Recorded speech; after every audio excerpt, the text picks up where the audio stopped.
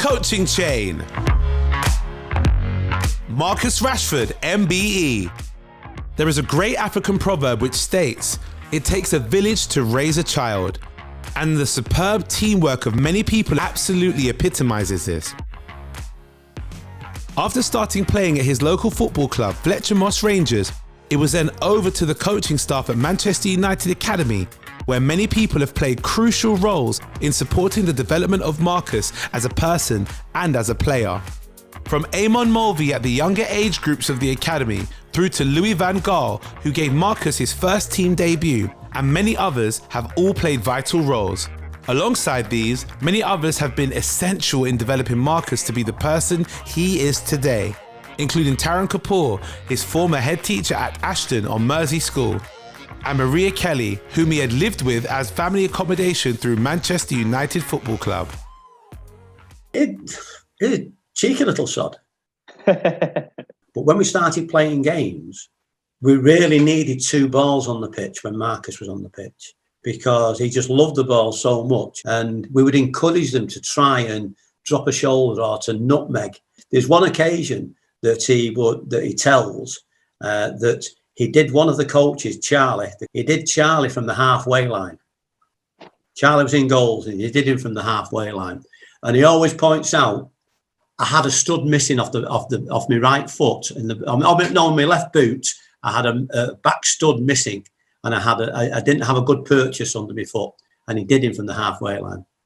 But it's one of the things that he tells whenever he meets us, and it's great. I mean, for him to have that sort of a memory of doing something, or even if you want, being allowed to do something like that, and the coaches enjoyed letting them do that.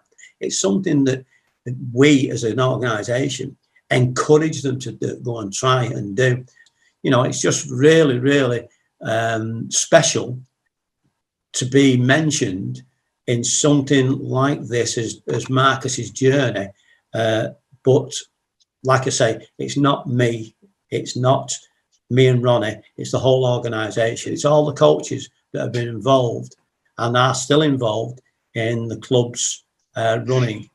Tremendous how he's developed as a footballer. He's exciting to watch. We always ask the players to be the best on the pitch and off the pitch.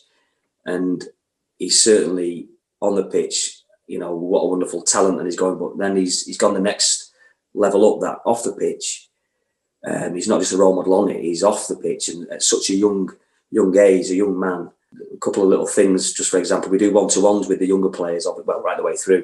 And there's a boy who's been raising money for food banks during the lockdown. And in his one-to-one, he was talking about Marcus and how it inspired him. You get him from our boys. So Marcus it's a warm feeling to watch him turn out to be and humble as well. I think sometimes nowadays the players, unfortunately, get surrounded by so much entourage and media and different things, and to keep grounded on top of what he's doing is absolutely wonderful. And us at the club are just so proud of him. And as you say, that's what my reward is. It's nice for these awards to come out and things, but you know, our reward as coaches is to help him wherever we can and support him. But the reward at the end is to see him develop into what such a wonderful young man he has turned out to be. He still has friends from school. He may even have a girlfriend still from school, I'm not quite sure. But when he played against Arsenal in one of his earlier games, he scored 2 goals. I know for a fact that the first team were then given 4 days off work. Marcus came into school on a Monday, not to claim the glory. And I said, Marcus, you could have time off. He said, sir, all my friends are at school. I live across the road. I can't drive. What would I do? And I need to finish my BTEC. So he came in and literally just got on with it. I had to prise out of him how he felt about the game, because I was more excited than him, I think, on that day.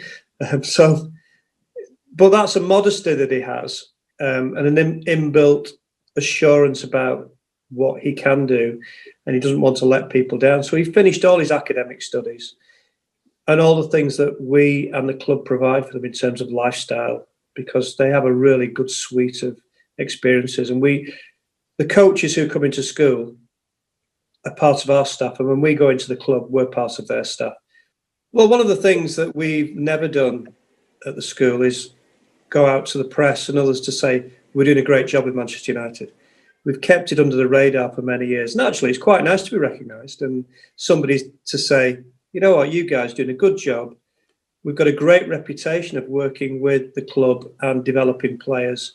And Marcus is a real star at the moment. He's gaining awards, he's gaining recognition, his MBE, which is fantastic.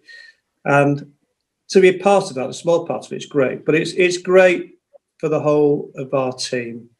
And I suppose for the other boys as well who are at school, because they can see, actually, Marcus has come out pretty good from all of this. And we're in the right place, we're at the right club, and we're at the right school.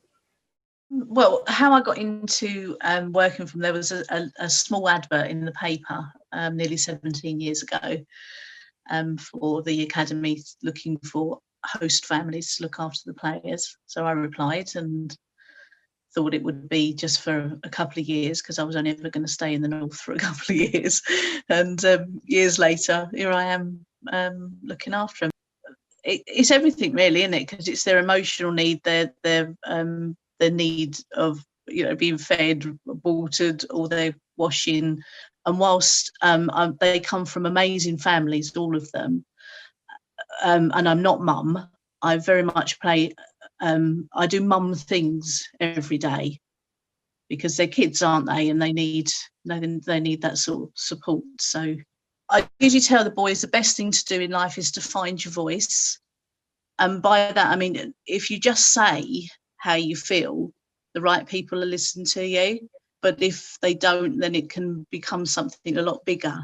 I just think finding your voice is a life skill, and it's a hard one when you're 14 or 15. It's easier to scuttle off into your bedroom and not be seen until the morning, but that's not a happy child, and that doesn't make a settled player either, does it?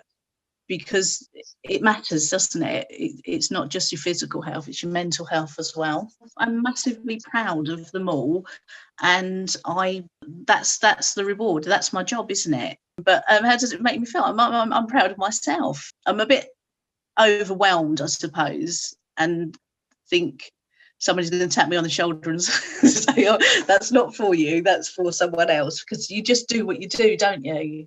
I'm not in a situation where it's an award-winning situation. My reward is my boys coming back and seeing me.